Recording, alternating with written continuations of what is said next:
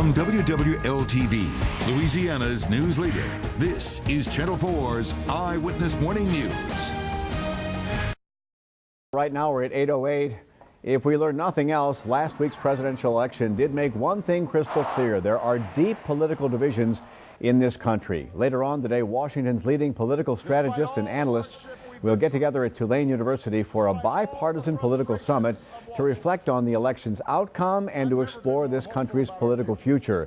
Joining us now from his home in New Orleans, James Carville, one of the co-hosts of the summit today. James, thanks for joining us today. And what message did you take out of this election? Well, I think that America is changing, and as America changes, of course, the electorate changes with it, and parties that change are going to be more successful in the future than those that continue the same way. And I think we've got some really top-flight people here today. We have a presentation by Stan Greenberg and Whit Ayers. Stan's a Democrat and Whit's a Republican, and they're going to go through a post-election poll that's more detailed than anything that's been released to date. So that's going to be a fascinating thing. We got a lot of top-ranked people here from both political parties. So it's going to be a fascinating day out at Tulane. And there'll be a lot of new information here, and there'll be a lot of things that anybody has any interest in national politics should drop by. It's going to be a top-flight event. And because we see such a deep political divide in this country, more than 28 states have petitions out trying to secede from the union because they don't like who got elected this time. And you see this fiscal cliff we're about to get either fall off or kick the can down the road or something.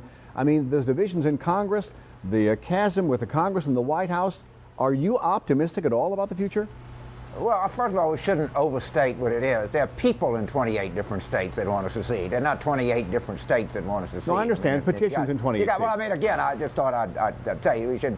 And we do have the 31st of December coming up. But you know what? We got people elected, and they're sent up there to do a job. And if they don't do that job before the 31st, the public is going to be very angry. But I suspect that they will. And, you know, we've had political divisions in this country for any number of times. We actually had a civil war at one time. So people are going to have to adjust, and our voters sent a message. They sent people to Washington that they wanted, and they're going to have to get stuff done, and people are going to have to work with them. And it's just that simple. But we're going to certainly analyze all of that today out at Tulane, and what it means, and what does it mean going forward. And it's time to sort of analyze things and put things in context here. And we're at a point in this country where we really do have to compromise. We do have to see both parties work together to get something done, but it just doesn't seem like it's going to happen. Well, you don't know that. I mean, you know, again, December 31st is coming. If I had to guess, I would guess that something is going to get done. I mean, the other thing is people dispute on what needs to be done. There's not just an overall consensus on that. So, but the political process tends to work its way through things. And my guess is it'll work its way through this now. It'll be some difficulty, but that's the way it is. It just comes with the territory. And if it's not economics, we're seeing Republicans and Democrats battling over what happened in Benghazi and some of the vitriol that came out yesterday about the president, about UN Secretary Rice. I mean, all kinds of things. Well, you know, we had a lot of vitriol and a lot of discussion about the Iraq War. We had a lot of vitriol, a lot of discussion about Somalia when President Clinton was there. Remember, we had the whole Lewinsky affair. I mean, we had Iran-Contra when President Reagan was there.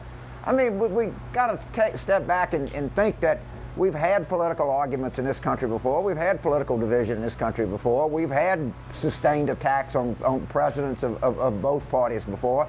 And yes, it is a kind of tough time for the United States. We're still digging ourselves out of the hole caused by the financial crisis, but we also shouldn't over despair here and you know, give a chance of things to do. And that's what we're trying to do here today. We got some of the best people in the United States here in New Orleans for this on a glorious day. And we shouldn't be overhyping the problems that we have as a country, but we should be saying, hey, let's go out to Tulane and let's see what these people have to say. Let's see what they want to talk about tomorrow. Now, I think that's the better attitude. How could life be any better? We got the greatest city in the world. We got the greatest weather today. We got the smartest people coming here. You know, it's there are troubles in this country, but there are people that working on trying to solve it. And we ought to be part of the solution as a part of the criticism. All right. Well, maybe you guys can solve all this today. We appreciate you talking with us today, James. Thank you very much. Beyond the Ballot is the title of the annual political summit hosted this year by James Carville and Mary Madeline for the Bipartisan Policy Center. It'll be today from 10 till 4 over at Tulane. It is free and it is open to the public, but you do need to register. You can do that through a link on our website, WWL-TV.com. Just click on Links on 4.